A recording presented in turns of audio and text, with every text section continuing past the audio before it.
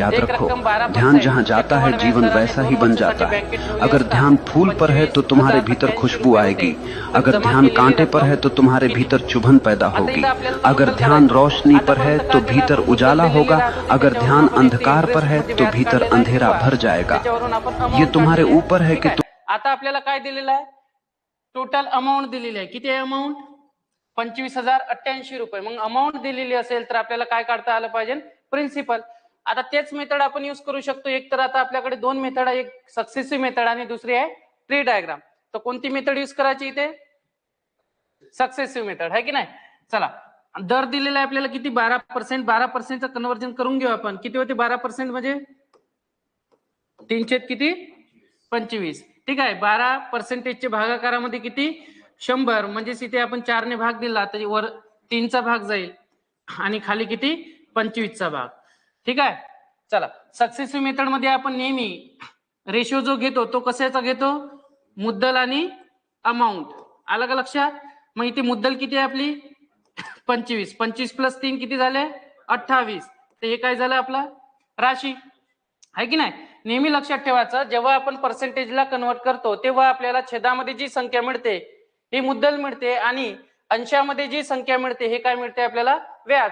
मग मुद्दल प्लस व्याज म्हणजे काय झालं? हे राशी. मग बघा इथे मुद्दल प्लस व्याज म्हणजे मुद्दल आणि राशीचं गुणोत्तर. किती वर्षासाठी कॅल्क्युलेशन करायचं आहे? 2 वर्षासाठी. मग इथे 2 वर्षाची मांडणी करायची, 25 आणि 28.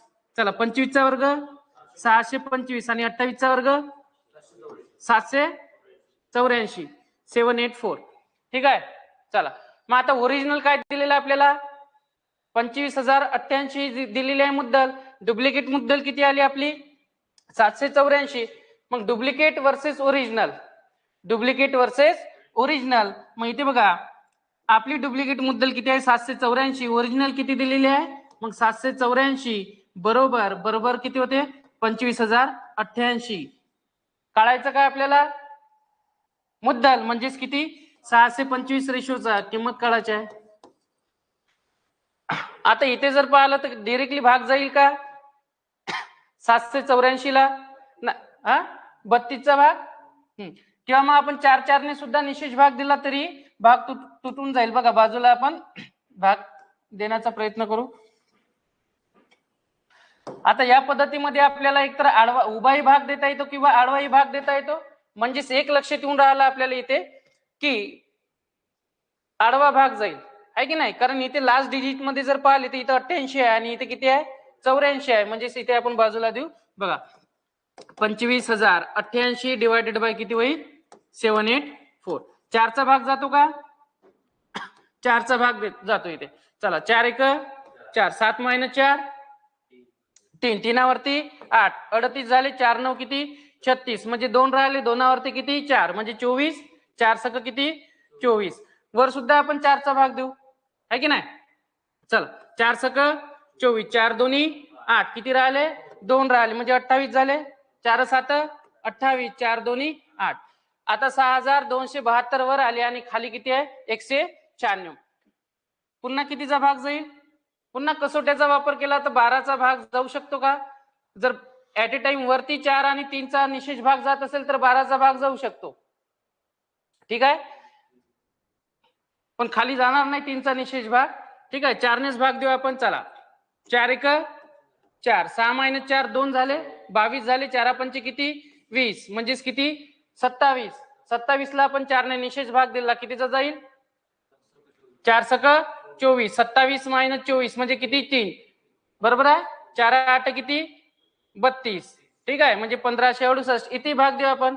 4 चोक 16 आणि 4 9 36. 49. आता 1568 ला डायरेक्टली 49 ने भाग देऊन द्या.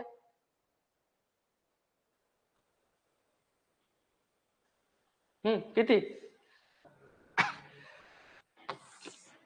1568 डिवायडेड बाय 49. कितीचा भाग जाते? 32चा. तिथे आपण लिहू डायरेक्टली 32. ठीक आहे. हा भागाकार करून घ्या. 32चा भाग जाईल. चला, इथे किती? 32. मग आता काय करायचं आपल्याला? मल्टिप्लिकेशन आहे की नाही. कोणाचा? 625 गुणिले 32. सॉल्व करून घ्या. किती येते? 20,000. ऑप्शनला नाही आहे. चला, तर इथं ऑप्शन काय राहील? 20,000. ठीक आहे. तर कॅल्क्युलेशन व्यवस्थित करायचं. लास्ट मध्ये फक्त आपल्याला काय करायचं आहे? मल्टिप्लाय करायचं आहे. 625 गुणिले 32, तर याचं उत्तर किती येते? 20,000. मग आपली ओरिजिनल मुद्दल किती झाली? 20,000. इथं भाग देताना व्यवस्थित भाग द्यायचा. 32चा भाग जाते इथपर्यंत आपण कॅल्क्युलेशन केलेले आहे. हे इथे भाग द्या. ठीक आहे. 7 ने अंशामध्ये भाग जाते आणि छेदामध्ये सुद्धा भाग जाते.